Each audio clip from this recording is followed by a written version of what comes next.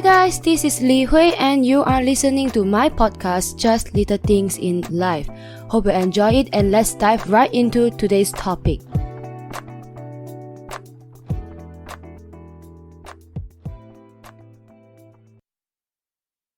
Hi guys, it's Li Hui and welcome back to another episode of the Just Little Things in Life podcast.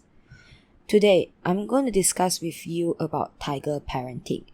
And I'm going to discuss it in the perspective of a child, student, and teacher.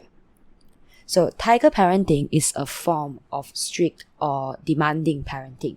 Usually, tiger parents, they push and pressure their children to attain high levels of achievement, not only in academics, but sometimes also in extracurricular activities like music, sports, and arts. So personally, I was not brought up by tiger parenting. My parents are quite free. They let us to make our own decisions. So since young, I feel that they trust us a lot.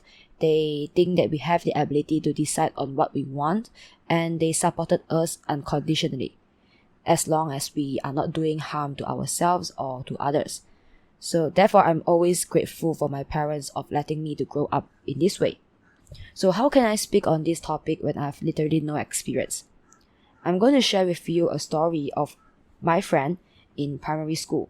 Back then, I have a friend whose mom is very fierce and strict, and I would say a little bit demanding. She wanted my friend to get at least top 10 in every exam and in every subject. So my friend has basically no life but just to study. So that time, my results were not good.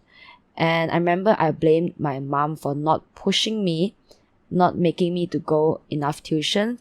I think that I was crazy back then. But I remember my mom told me that as long as you are happy and you are healthy, I am satisfied. I don't want you to score 100 but you are not happy. Actually, until today, she still says this to me. I think that she has a reason in doing this. Now I've grown up, and when I looked backwards, I realized that the more the parents pressure a child, the harder for the child to grow up. Not only getting better results, but also in other things.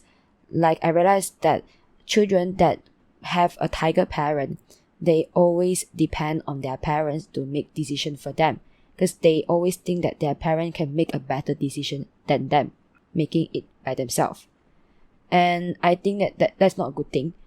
I feel that that's just too dependent for a child. And I would describe that this form of parenting like a spring. The more and the harder you press the spring down, the harder for it to bounce back. And even if it bounces back, it might not be as good as before. It might be deformed already. But if you use the right amount of pressure, the spring can bounce back, and it can even reach a height that you never knew it is capable of reaching. So, of course, some kids just need to be pushed, and because they are not that disciplined by themselves. But I feel like when you are pushing someone, no matter you are a parent or you are a mentor or you are a teacher or you are just a friend of that kid, you need to give the kid a little bit of encouragement when they fail. And whenever they succeed in something, they also need compliments as well. Yeah, and not just always demand them for more when they get 95 over 100 for the exam, or purposely discourage them and thinking that this kind of aggressive method will do any good to them. But actually, I think that it will do more harm than good. I actually want to give a big shout out to my mom. Mom, thank you so much for everything, and thank you for always supporting me in everything. 妈咪，谢谢你永远那么的支持我。So, now I'm going to speak in terms of a teacher's perspective. I remember I mentioned in my last episode that I am a tuition teacher right now because I'm still my gap year, and I've been working as a tuition teacher for about 1 year. So definitely I'm still a rookie in teaching, and I cannot speak for all teachers. But I'm going to share with you what I think about tiger parenting in a teacher's perspective. So if you are also a teacher and you are also listening to this podcast, I sure that you have more things to share about tiger parenting, about the parents you met before, feel free to leave a comment at our official Facebook and Instagram page and let me know what you think about this topic today. So I realized that there are actually two types of parents when they come to me and ask me to give their children tuition. One kind is that they send their child to tuition even their child has already scored an A in certain subjects. But apparently, the parents think that an A is not enough. They want like a high A. They want like 95 over 100 and above. I actually tried to explain to them that their child is performing very well already and they actually don't need this tuition. But I don't think they hear my words at all. The second type is that they send their children to tuition for each and every subject. Even the child is only 5 years old. Come on, your child is only 5 years old and she or he should be enjoying her life or his life right now, childhood life, and not studying for how to read this complex sentence, how to form complex sentences, right? Most of the time, the child already has 2 or 3 tuitions for one subject, which means that if you do the math, the child will need to have tuition class for basically 5 days a week, given that he or she has more than 10 tuitions. Yeah, oftentimes, my students told me that they have no time to finish their homework.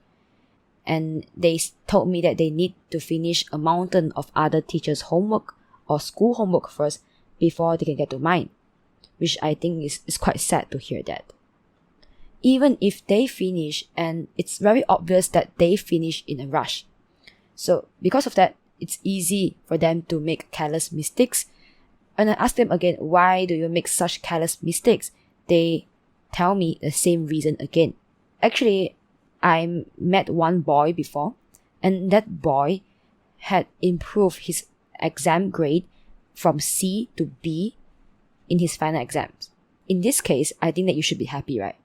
But his mom called me, surprisingly, and said that it was not enough. She wanted a higher grade. She wanted a high A grade. I was like, hello, I've only been teaching him for 3 months.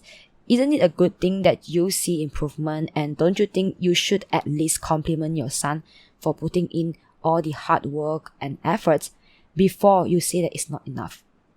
And in the next class, he told me that he thinks that a 10 marks improvement is not good. He said that he's not happy. He's not happy with the 10 marks. He wants to get an A. Actually, that is the only time that he didn't fail or almost fail.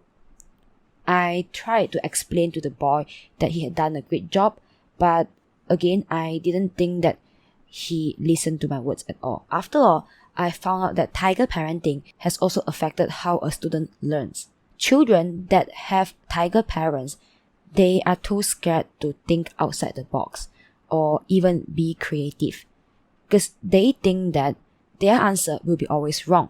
And when you give them open-ended questions, their answers are always fixed to the marking scheme answers. And sometimes when they didn't know how to do the questions, they became obsessed in finding the perfect answer by either asking for me as a teacher, what's my answer, without even trying, or else they will just copy the marking scheme. To them, getting 100% answer is more important to think about other variations of answers, which also might be correct as well. Of course, I certainly do not think that this unhealthy way of learning is 100% of the parents' fault or their parenting methods' fault, as I certainly has no rights in doing or saying that because I'm not a parent yet. And I also think that there are still a lot of parents where they really love their child and really want them to be a good person when they grow up. They will only seek for extra help when their child really needs it. I actually feel that if a parent can treat a mistake made by a child as an experience for them to grow up, rather than treating them as if they had done anything wrong or done something seriously wrong and need to be told off, the child might learn more things that you ever know. Hi guys, you are now listening to Just Little Things in Life podcast. Every Wednesday, we will upload a new episode on various podcast streaming platforms and social medias, including Spotify, Apple Podcasts, YouTube, and more. I hope that you can check out our new episode every Wednesday. Listen to it when you're on your way to work, when you're doing your house chores, or just casually relaxing with a cup of tea next to you. Okay, let's get back to our topic today. So now moving on, I'm going to discuss with you about a child's pride. So we all have pride, right? We feel joyful when someone compliments us, and most of the time we perform better after being complimented, especially by a person who is your family member or a person who you look up to. Of course, we also need to respect each other. Not only adults needed to be respected, but children too. I found that one of the many things that a tiger parent will do is that they will scold their child in front of many or in front of a person who they respect, like their teacher. Although I'm still a rookie in teaching, but I can tell you I've at least witnessed 5 times that a child is scolded in front of me, and I think that the parent purposely did that in front of me. It's not a good thing. It's definitely a terrible thing. Although I'm teaching online, through this screen, I can feel how embarrassed the child was, how shameful he felt of himself and his parents. I pretended not to hear it and carry on with my class after the incident, but the child seemed to lose focus already for the whole class and couldn't even look straight into my eyes. I've actually reminded the parents before, but soon the second time happened and the third time happened again. I think that if it's me, someone yelling at me in front of my boss, telling me how bad I've performed or I've behaved, I will find a hole to crawl into it and never coming out again. I think that the more you scold and discourage people in front of others, the more you make people feel ashamed of themselves, the less confident they will be, and their performance will become poorer and poorer each time you scold them in front of so many people. I think that this whole theory applies to children as well. So I hope that parents can also respect their children and do not think that this way of teaching is a right way. It only makes people feel embarrassed and ashamed, and it really doesn't do any good to anyone. So that's all for today, and I want to emphasize again that today I'm speaking in the perspective of a child, a student, and a little from the teacher's perspective. I'm not speaking a parent's perspective, and also I'm not speaking for anyone. All mentioned are my personal opinions, thoughts, and experience. I believe that a parent plays an important role in a child's life, and so does the child. Our parents might not be perfect, but that doesn't mean that they have not given out their best to us. Since it's still May, I want to wish all the daddies being mummies or mummies being daddies too, Happy Mother's Day and Happy Father's Day. Today I want to recommend to you a book called 82 Charing Cross Road. It is a short book that you can finish within an hour, but the pure, sweet, and funny friendship between the characters has stayed in my heart for a long time after I read it. Hope you enjoyed reading it, and goodbye! If you have any questions or opinions about today's topic, and also suggestions that can help us improve our podcast, please leave us a comment at our official Facebook page and Instagram page, Just Little Things in Live Podcast. Hope you have a nice day, stay safe, and goodbye! Ba ba da ba ba ba ba ba da ba.